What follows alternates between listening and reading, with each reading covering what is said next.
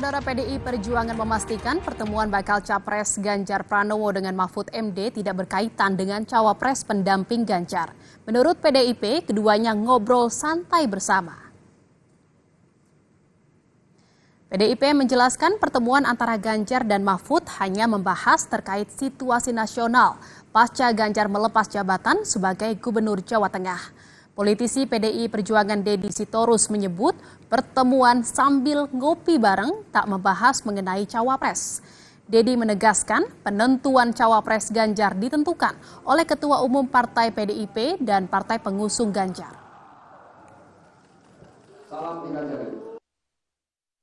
Pertemuan Pak Ganjar Pranowo dengan Pak Mahfud MD adalah pertemuan silaturahmi informal sebagai orang yang sudah lama kenal dan cukup sering berinteraksi. Jadi tidak ada kaitannya dengan pemilihan cawapres.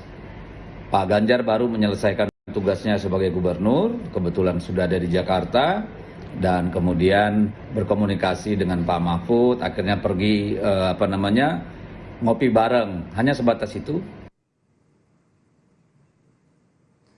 Sementara itu, Menko Polhukam Mahfud MD mengonfirmasi pertemuannya dengan bakal Capres PDIP Ganjar Pranowo.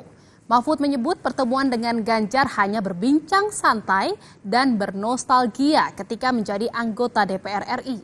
Menurut Mahfud, tak ada pembahasan tentang cawapres Ganjar.